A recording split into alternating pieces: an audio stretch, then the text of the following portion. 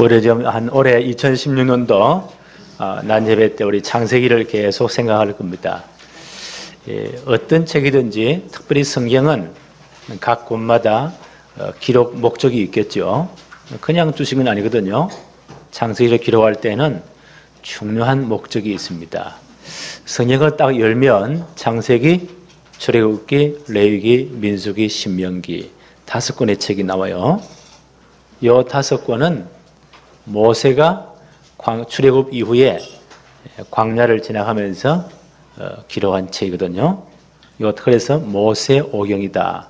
창세기, 출애굽기, 레위기, 민수기, 신명기까지 이 5권의 책을 모세오경이다. 그렇게 이야기도 해요. 그 모세오경 가운데 가장 중요한 책을 꼽으라면 창세기입니다. 처음 시작이고 성경의 모든 것을 창세기를 제대로 공부해버리면 다 보여요. 그런데 이 창세기를 비롯한 모세오경을 처음 누구에게 줬을까요? 출애굽한 이스라엘 백성들에게 먼저 이 성경이 주어진 거예요. 그리고 우리 모든 오늘날 하나님의 백성들에게 이 성경이 주어졌습니다. 창세기는 천지창조부터 이스라엘 민족이 애굽에 들어가서 이제 요셉이 죽고 난 다음 종으로 전락되잖아요. 거기까지 쭉 기록되어 있는데 출애굽한 이스라엘 백성들에게 과거의 모든 역사를 밝혀줌으로써 그들이 어떤 사람들인가, 어떤 민족인가 하는 그들의 정체성을 알려주기 위해서 창세기가 먼저 그들에게 주어진 겁니다. 그리고 창세기는 옛날 성경을 쓸 때 지금은 몇 장, 몇 절 이렇게 하잖아요. 찾기 쉽게. 이때 모세 기록할 때 요거는 1장이다, 요거는 2장이다, 몇 절이다 그렇게 안 했어요. 쭉 통으로 기록했습니다. 이렇게 쭉 통으로. 오랜 후에 이제 학자들이 좀 쉽게 찾아보기 위해서 장절을 나눈 거예요. 처음에는 이제 처음까지 쭉 기록했어요. 창세기 구조를 잘 보면 10개의 큰 문단이 있어요. 1장부터 50장까지 굉장히 긴 글인데 자세히 보면 몇 개예요? 10개의 문단이 있어요. 그 문단을 딱 시작할 때 어떤 말이 나오냐면 톨레도시란 말이 나와요. 예를 들면 오늘 2장 4절에 보니까 이것이 천지가 창조될 때에 하늘과 땅의 내력이니, 내력이란 말이 나오죠. 어떤 일의 어떤 역사란 말이에요. 이 단어가 톨레도시란 히브리 말로 톨레도시란 단어예요. 이렇게 톨레도시라고 시작되는 이 문단이 10개로 창세기가 구성되어 있어요. 자, 여러분 이 말 처음 들어보죠? 창세기를 잘 보면, 자, 다시 한번 더 설명할게요. 모세가 창세기를 기록할 때 이건 1장, 2장, 3장 이렇게 기록 안 했어요. 여기까지 쭉 다 기록했어요.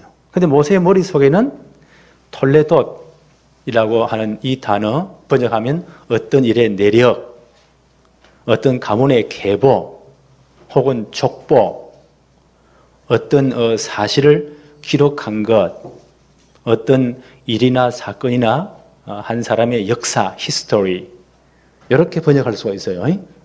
족보란 말로 제일 많이, 계보 혹은 족보란 말로 제일 많이 번역되었어요.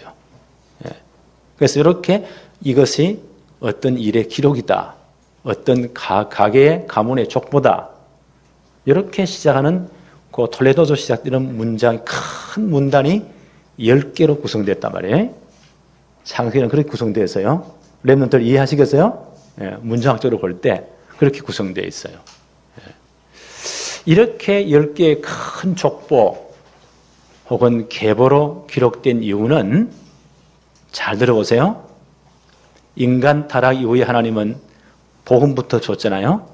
창세기 3장 15절에 여자의 후손으로 이 창세기 3장 문제 하나님 떠나서 모든 문제가 왔는데 이 문제를 해결하실 그리스도를 메시아를 보내시겠다. 근데 그 메시아는 어떤 계보를 통해서 오시는가? 어떤 족보를 통해 오시는가?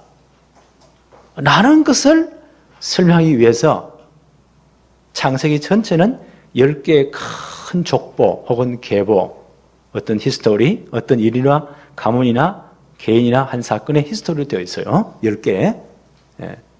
톨레도서를 시작하는 10개의 문단으로 되어 있어요. 예. 그리고 이 창세기의 이 계보 족보는 톨레도서는 마태복음 1장 1절에 보니까 마태복음은 유대인들을 위한 복음서죠. 유대인들은 구약의 사건들을 잘 알고 있어요. 이렇게 딱 시작해요. 마태복음 1장 1절에 보니까 아브라함과 다윗의 자손인 예수 그리스도의 계보 족보라. 그렇게 시작해요. 그 족보 계보란 단어가 창세기에 나오는 톨레도시예요. 창세기는 뭘 보여준다고? 이렇게 큰 10가지의 계보 족보 이야기인데, 예. 누구를 설명하기 위함이라고요? 하나님이 처음부터 복음으로 주신 창세기 3장 15절의 주인공 여자의 후손이 어떤 계보를 통해서 어떤 가문을 통해 오시는가를 보여주기 위한 것이 창세기의 주 기록 목적이에요. 이해하셨습니까? 이거 굉장히 중요한 일이에요. 예. 창세기 10가지의 큰 톨레도 족보 이야기인데, 예. 왜 이렇게 족보를 길게 이렇게 나눠서 이야기하느냐? 창세기 3장 15절의 주인공이신 메시아 그리스도가 어떤 계보를 통해서 오시는가를 보여주기 위함이에요. 성경은 족보 이야기가 굉장히 많이 나와요. 우리나라도 명문 가문의 할아버지들, 아버지들이 가면 앉혀라고 뭘 설명하죠? 우리 조상은 이라고 족보를 쭉 이렇게 이야기를 해요. 조선시대에는 돈 많은 이런 가문이 없는 사람들이 족보를 주자고 사기도 하잖아요. 이렇게 끼어넣기도 워낙 그걸 중요하게 여겼단 말이에요. 좀 비슷한 풍습이 있죠. 성경은 이 족보를 굉장히 중요시 여겨요. 창세기 전체는 정리하면 10개의 큰 족보 이야기다. 왜 이렇게 족보 이야기를 이렇게 장황하게 했느냐?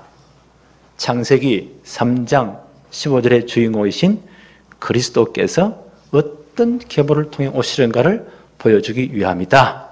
그 결론은 마태복음 1장 1절인 아브라함과 다윗의 자손 예수 그리스도의 족보로 귀결된 결론이 난다. 그렇게 이해하면 틀림없어. 성경 전체 다 본 거예요.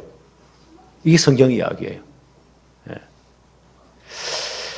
첫 번째 한번 봅시다. 여러분 종이에 보면서 같이 한번 말씀을 들읍시다. 창세기의 10개 톨레도, 족보, 계보, 내력 이런 뜻이죠.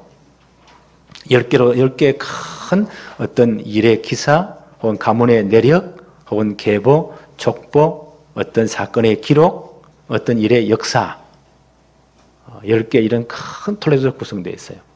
첫째가 오늘 아까 말씀드렸죠. 창세기 2장 4절에 보니까 이것이 천지가 창조될 때에 하늘과 땅의 톨레도 내력이다. 어떤 기록이다. 5장 1절에 보니까 어떻게 기록되었냐 하니까 제가 한번 볼게요. 이것은 아담의 계보를 적은 책이니라. 아담의 계보가 쭉 6장 7절까지 나와요. 6장 9절에도 보니까 한번 확인해 볼까요? 이제 세 번째 톨레도 이야기가 나오는데, 족보 이야기가 나오는데 6장 9절에 보니까 이것이 노아의 뭐라고요? 족보니라. 노아 가문의 족보다. 세 번째 톨레도시 나오죠? 10장 1절 한번 볼까요? 성경 확인해 봅시다. 노아의 아들 셈과 함과 야벳의 족보는 이러하니라. 쭉 그 족보 이야기가 나와요. 그 다음 다섯 번째, 이 창세기 3장 15절의 그 메시아 계보를 노아의 세 아들 가운데 셈 계보가 이어가거든요. 그럼 당연히 이제 셈의 계보가 나와야 되겠죠? 창세기 11장 10절 한번 볼까요? 11장 10절에 셈의 족보는 이러하니라. 그러면 셈의 홍수 이후에 쭉 낳고 쭉 그 족보 이야기가 나와요.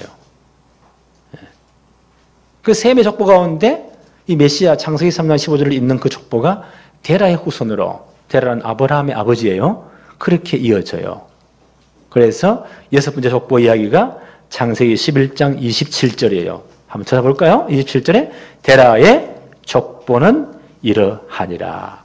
데라 아브라함과 나홀과 하란을 낳고 쭉 이야기 나오죠? 데라는 아브라함의 아버지, 믿음의 조상 아브라함의 아버지예요. 하나님이 홍수 사건, 바벨탑 사건 이후에 셈의 계보를 부르시고 셈의 자손 가운데 데라라는 분을 하나님이 불러서 창세기 3장 15절 이 족보를 이어가기를 원하세요. 근데 이 양반이요, 가나안까지 안 오고 중간에 하란에서 머물러 버려요. 그래서 하나님은 데라를 밀어제치고 아들 아브라함을 불러요. 그런데 그 족보 전체는 데라의 아버지 족보로 기록하고 있어요. 네. 아브라함의 이제 아들들 가운데 이스마엘은 창세기 3장 15절 이 족보에서 제외당해요. 그런 족보도 기록하고 있죠. 일곱 번째 족보가 이스마엘의 족보예요. 25장 12절 한번 볼까요? 좀 몇 장 넘겨서 25장 12절 사라의 여종 애굽인 하갈이 아브라함에게 낳은 아들 이스마엘의 족보는 이러하니라. 그 쭉 족보 이하 나와요. 이 족보는 언약에 서임받지 못해요. 네. 그리고 아브라함 아들 가운데 이삭이 이 족보를 이어가지요. 계보를 이어가죠. 그럼 이삭의 족보가 나와야 되겠죠. 25장 19절 한번 보세요. 아브라함의 아들 이삭의 족보는 이러하니라. 아브라함 이삭하고 이삭이 누구라고 쭉 이야기가 나와요. 이삭의 두 아들이 에서와 야곱이죠. 근데 누가 창작권을 이어받죠? 동생인 야곱이 이어받아요. 에서는 제외함을 당해요. 그 제외함을 당한 족보가 나오죠. 창세기 36장 1절 한번 보세요. 36장 1절에 다 찾았나요? 36장 1절에 에서 곧 에돔의 족보는 이러하니라. 이삭의 아들이지만 창세기 3장 15절에 그 여자의 후손의 계보, 메시아 계보를 잊지 못하는 제외함을 당한 족보, 에서의 족보는 이러하다. 간단하게 나와요. 그 다음 이삭의 아들 가운데 이 메시아 계보를 이을 족보 누가 이어받죠? 장자권을 야곱이 이어받아요. 그 야곱 족보는 길게 기록하고 있어요. 야곱 족보가 10번째 나와야 되겠죠? 창세기 37장 2절 한번 보세요. 창세기 37장 2절부터 50장까지 쭉 야곱의 족보가 기록되어 있어요. 37장 1절에 2절에 보니까 야곱의 족보는 이러하니라 하고 쭉 야곱의 족보가 나와요. 애굽의 이민가기까지 애국에서 노예된 순간까지 쭉 다 기록이 있어요. 그래서 창세기 전체를 잘 이 문장 구조를 보면 잘 들어보세요. 이런 말 처음 들어보죠? 전체를 잘 보면 몇 가지, 10가지의 족보 이야기다. 예. 어떤 일에 대한 사건을 기록했거나 가문의 어떤 역사를 기록했거나 그 이야기다. 예. 주로 족보 이야기죠. 왜 이렇게 창세기 처음부터 하나님은 족보를 강조하실까요? 창세기 3장 15절 여자의 후손 그리스도가 어떤 계보를 통해 오시는가를 보여주기 위함이에요. 바로 선민 이스라엘이 이 메시아 계보를 이어갈 민족이라는 거예요. 그 출애굽 이후에 우리는 바로 이 민족이다. 반드시 가나안 가야 되고 거기서 창세기 3장 15절의 주인공이신 그리스도를 기다려야 된다. 이 소식을 만방에 전해야 된다. 이것이 우리 민족의 정체성이다. 이걸 제대로 다 이걸 언약이라고 해요. 이 메시아 언약을 붙잡을 때는요, 그들이 어마어마한 축복을 받아요. 이걸 놓쳐버리면 영적 진공 상태는 없어요. 세상과 우상에 빠져요. 그럼 하나님이 인생매로 사람의 채찍으로 작살내요. 그 이스라엘 역사예요.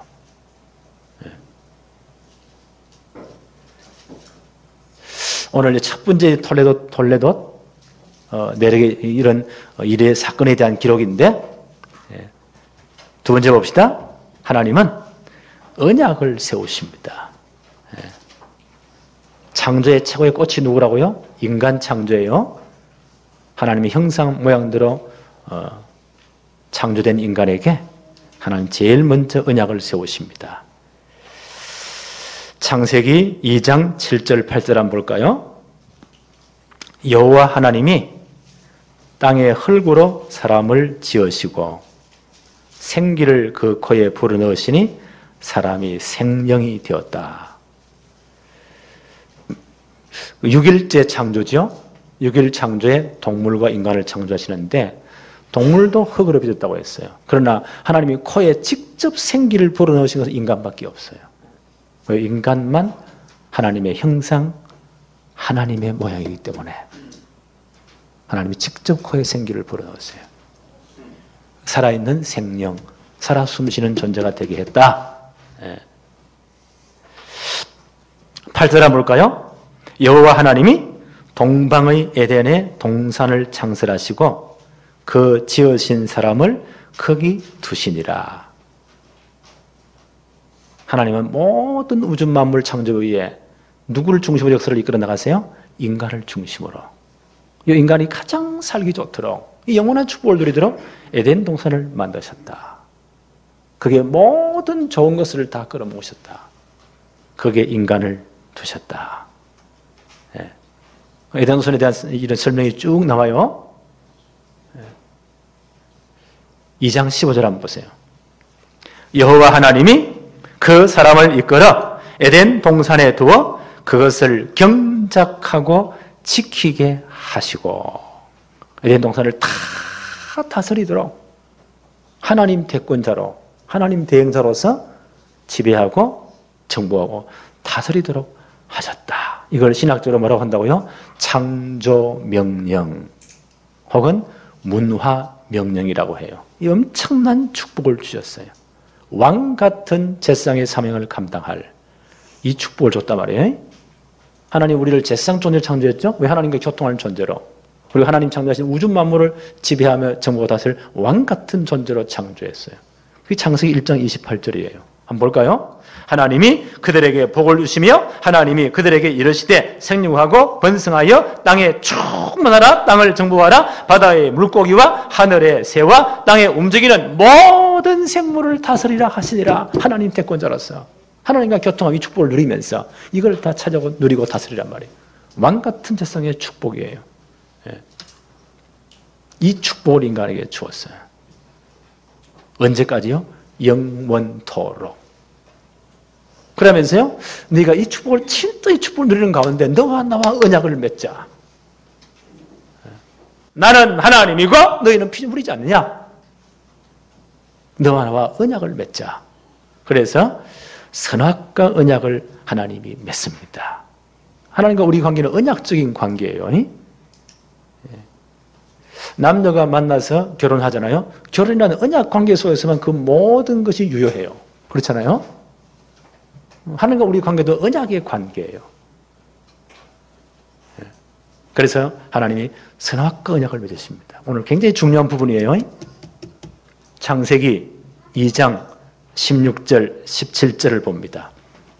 여호와 하나님이 그 사람에게 명하여 이르시되 동산 각종 나무의 열매는 내가 임의로 먹되 선악을 알게 하는 나무의 열매는 먹지 말라.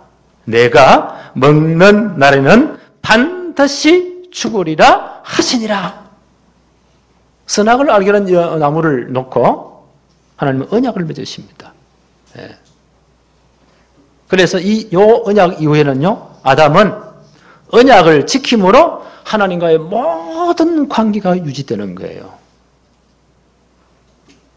하나님과 우리 관계 어떤 관계라고요? 언약적인 관계예요. 이 언약을 지킴으로 모든 관계가 유지돼요. 하나님 백성은 언약으로 맺어진 백성이에요. 그렇죠? 그래서 언약이 중요한 거예요. 부모와 자녀의 관계는 나았잖아요. 그런 관계예요. 그건 뗄래야 뗄 수 없는 관계잖아요. 자식이 아무리 애를 먹여도 안 되겠다. 도무지 너와 인간의 정을 끊자. 호적 파자. 그래가지고 파버린 너 이게 내 자식이 아니에요? 영원히 내 자식이에요. 그런 관계이기 때문에 그래요. 하나님 우리가 아버지 하나님을 부르시잖아요. 이렇게 부르잖아요. 언약적인 관계예요. 하나님 백성은 언약으로 맺어진 백성이에요. 그래서 에베소서 2장 12절 13절에 바울은 이렇게 표현합니다. 그때에는 우리 예수 믿기 전이죠. 복음 받기 전에 너희는 그리스도 밖에 있었고 이스라엘 나라 밖의 사람이라.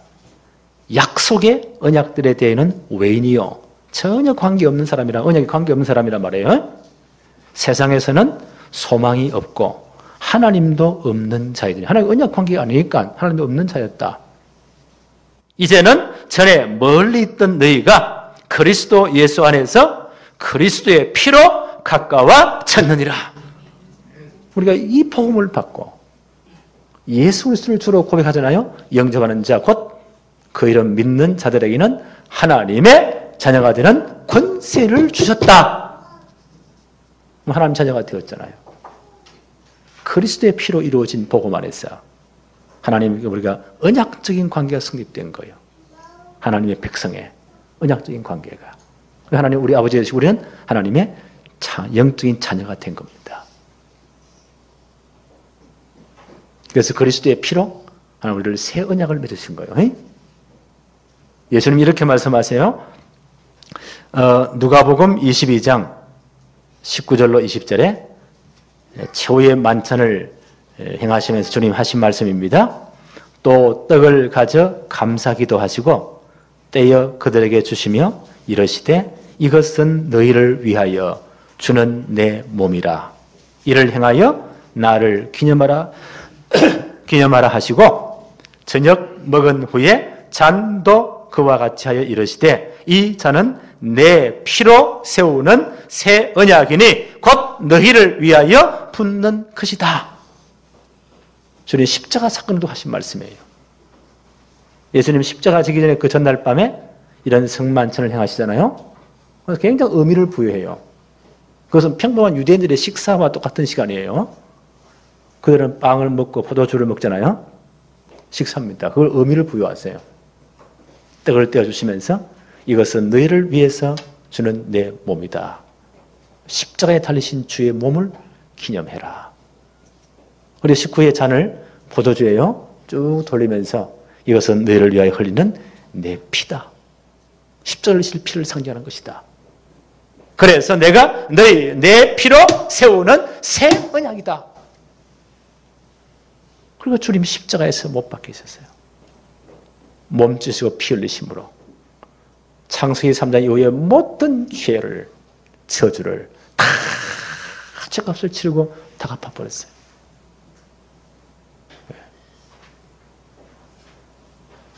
그리고 주님이 부활하심으로 복음이 완성되었잖아요. 이 복음을 믿음으로 하나님과 우리는 새 언약의 관계가 성립된 겁니다. 그렇죠? 예수 피로 말미암아. 그래서 이 잔은 내 피로 세우는 새 언약이다. 너희를 위해 붓는 것이다. 나를 위해 십자가시고 부활하신 예수 그리스도. 십자가에서 모든 문제를 해결하신 예수 그리스도. 그 복음을 믿는 자들은 하나님과 새 언약의 관계가 성립되었습니다. 영접하는 자, 곧 그 이름을 믿는 자들에게는 하나님의 자녀가 되는 권세가 주어진 것입니다. 하나님 우리 아버지요 하나님의 자녀입니다. 하나님과 우리 관계는요 언약적인 관계예요. 왜 언약을 주었을까요? 인간의 믿음의 여부를 검증하는 시금석이 언약이에요. 아담에게는 선악과 언약이에요.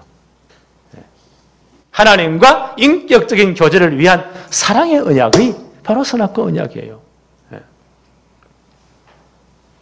이 언약 안에서만 영원한 축복이 보장됩니다. 언약 관계에서만. 그게 선악과 언약이에요. 이 언약 속에서만 창세기 1장 27, 28절 창조 명령이죠. 문화 명령. 하나님 대권자로 대행자로 모든 우주 만물을 지배하고 정보 다스리는 축복이 영원토록 누려지는 겁니다. 지난주에 설교했죠. 창세기 2장 1절로 3절 안식의 축복도 영원토록 누려지는 겁니다. 언약 속에서만. 네. 그래서 언약이 중요한 거예요. 신약적으로 말하면 우리는요 복음의 언약 속에서만 이 모든 축복을 누릴 수가 있어요. 네. 이 언약을 잘 지켜 이 축복을 제대로 누리라고 하나님은 돕는 배필을 주십니다. 2장 17절 한번 볼까요? 선악을 알게 하는 나무의 열매는 먹지 말라. 내가 먹는 날에는 반드시 죽으리라. 언약을 맺으시죠? 그리고 18절에 보니까 연이어서 여호와 하나님이 이르시되 사람이 혼자 사는 것이 좋지 아니하니, 그때 아담 혼자 있었거든요. 내가 그를 위하여 돕는 배필을 지으리라 하시니라. 이 언약을 잘 수행하기 위해서, 언약 축복을 진짜 누리기 위해서 돕는 배필을 짓겠다. 언약 성취와 관계 있죠? 창세기 1장 27, 28절 창조명령, 문화명령을 잘 수행하기 위해서, 왕같은 재성의 축복을 진짜 영원토록 누리기 위해서 2장 1절로 3절에 안식의 어마어마한 축복이죠? 이걸 잘 누리기 위해서 돕는 배필로 돕는 배필을 내가 지을 것이다 라고 하나님 말씀하세요. 그리고 2장 21절로 25절에 하나님 여자를 어떻게 지으셨는가 하는 기록이 자세히 나옵니다. 제가 빨리 한번 읽어볼게요. 여호와 하나님이 아담을 깊이 잠들게 하시니 잠들매 그가 그 갈빗대 하나를 취하고 살로 대신 채우시고 여호와 하나님이 아담에게서 취하신 그 갈빗대로 여자를 만드시고 그를 아담에게로 이끌어 오시니 아담이 이르되 이는 내 뼈 중에 뼈요 살 중에 살이라. 이것을 남자에게서 취하였은즉 여자라 부르리라 하니라. 이러므로 남자가 부모를 떠나 그의 아내와 합하여 둘이 한 몸을 이룰지로다. 아담과 그의 아내 두 사람이 벌거벗었으나 부끄러워하지 아니하니라. 잘 보세요. 제6일째 6일 창조에 동물을 만드실 때 하나님 다 흙으로 빚었잖아요. 인간만 흙으로 빚으실 때 생기를 직접 하나님 불어넣어서 생명이 하나님과 교통할 수 있는 왕같은 제사장의 존재, 하나님의 형상 모양대로 최고의 존재를 창조했어요. 남자를. 그 여자를 창조할 때도 하나님 흙으로 빚고 이렇게 해야 될 거 아니에요? 그렇게 하지 않으세요. 네. 그렇게 하지 않으세요. 아담을 깊이 잠들게 한 후에 그 갈빗대를 떼어서 하나님의 특별한 사역이죠. 어떤 학생은 그럼 남자 갈빗대 하나 없겠네요. 아니 하나님 완벽하시기 때문에 하나 떼었다고 먹겠어요? 그게 살로 채우시고 하나님 여자를 만드셨다. 그러니까 아담의 분신이다. 분신. 또 다른 아담이에요. 아담의 분신으로 만드셨다. 인류 최초의 고백이 나오죠. 이는 내 뼈 중에 뼈요 살 중에 살이라. 이것을 남자의 취하였은즉 여자의 창조 재료가 뭐죠? 남자입니다. 여자라고 칭할 것이다. 분신으로 똑같은 인격과 존재로 똑같은 몸으로 만드신 거예요. 그렇게 만들었다. 그리고 남자가 부모를 떠나서 그 안에 연합하여 한 몸이 된다. 하나다. 완내서 된단 말이죠. 왜요? 언약 성취를 하기 위해서. 이 축복을 영원히 누리기 위한 완내스가 되게 하셨다. 굉장히 중요한 원리가 있어요. 사단은 이걸 전부 다 깨버려요. 다 나눠 분리시키고. 그래서 진정한 회복이 앞으로 이 가정 문제는 심각해집니다. 날이 갈수록. 왜요? 흑암 혼돈 세력이 마지막 시대에는 이 흑암이 온 땅을 정하기 때문에, 이 사단의 세력이 온 땅을 정하기 때문에 이 진정한 이 축복을 다 깨버립니다. 야, 별의별 무슨 심리 상담학적 프로그램, 교육적 프로그램, 별의별 걸 다 개발해가지고 교육하고 뭘 다 하면 좋아지겠어요? 법을 강화하고 별의별 걸 다 한다고 해서 되는 것처럼 보여요. 근본적으로는 아닌다고 생각해요. 그래서 복음이 필요합니다. 주님 십자가 부활로 완성하신 복음 안에서, 참된 교회 공동체 안에서 이 원래 축복이 회복되는 거예요. 하나님 형상대로 지어본 인간이 우주 만물을 지배하고 정복하고 다스리는 하나님 주신 참 행복, 참 안식의 축복을 누리는 그것이 복음 안에서 가능하다고 생각해요. 가장 중요한 공동체가 교회 공동체, 주님의 몸된 교회 공동체 이론이 되어서 이 속에서 이 축복이 누려져야 돼요. 예. 그리고 진짜 복음 안에서만 한 몸됨의 이 비밀이 진짜 누려질 수가 있어요. 언약 성취를 위한 진정한 완네스가 가능한 거예요. 예. 이런 축복이 이제 우리 교회는 많이 일어나야 돼요. 예. 그래서 이 로마서 16장 3절 4절에 보니까 진짜 복음 안에서 이 축복을 회복하는 가정이 나와요. 브리스길라 아굴라 부부 가정이에요. 그 가정은 국제 결혼한 가정이에요. 남편은 로마 사람이고, 남편은 유대인이고, 부인은 로마 사람이에요. 지금도 그렇지만 그때 얼마나 이 문제가 많았겠어요. 이 복음의 능력이 보세요. 그 가정을 최고의 가정으로. 세계복음화에 정말 기초가 된 기반이 된 바울이 편지했잖아요. 이방인의 많은 교회도 그 가정에게 감사한다. 그랬거든요. 복음 안에서만 진짜 축복 회복됩니다. 이런 축복들이 올 한 해 우리 모든 가정에 우리 후대들에게 회복되어지기를 바랍니다. 하나님 아버지 감사합니다. 오늘 복된 주의 날을 주셔서 오늘도 예배의 최고의 축복을 누리게 하옵시며 또한 예배를 통해 말씀 선포의 시간을 주시고 오늘 하나님의 말씀을 우리가 정말 묵상하며 은혜를 받게 하심을 감사합니다. 하나님과 우리 관계가 그리스도의 십자가의 피로 세우신 새 언약의 관계가 되어서 우리 하나님의 자녀, 하나님의 백성의 특권을 누리게 하심을 감사합니다. 복음 안에서 원래의 축복이 다 회복되게 하여 주옵시며 모든 가정들이 복음 안에서 친정한 원내스의 축복을 누리며 하나님 주신 창조의 명령 이 엄청난 축복들을 감당하도록 역사하여 주옵소서. 예수님의 이름으로 기도합니다. 아멘.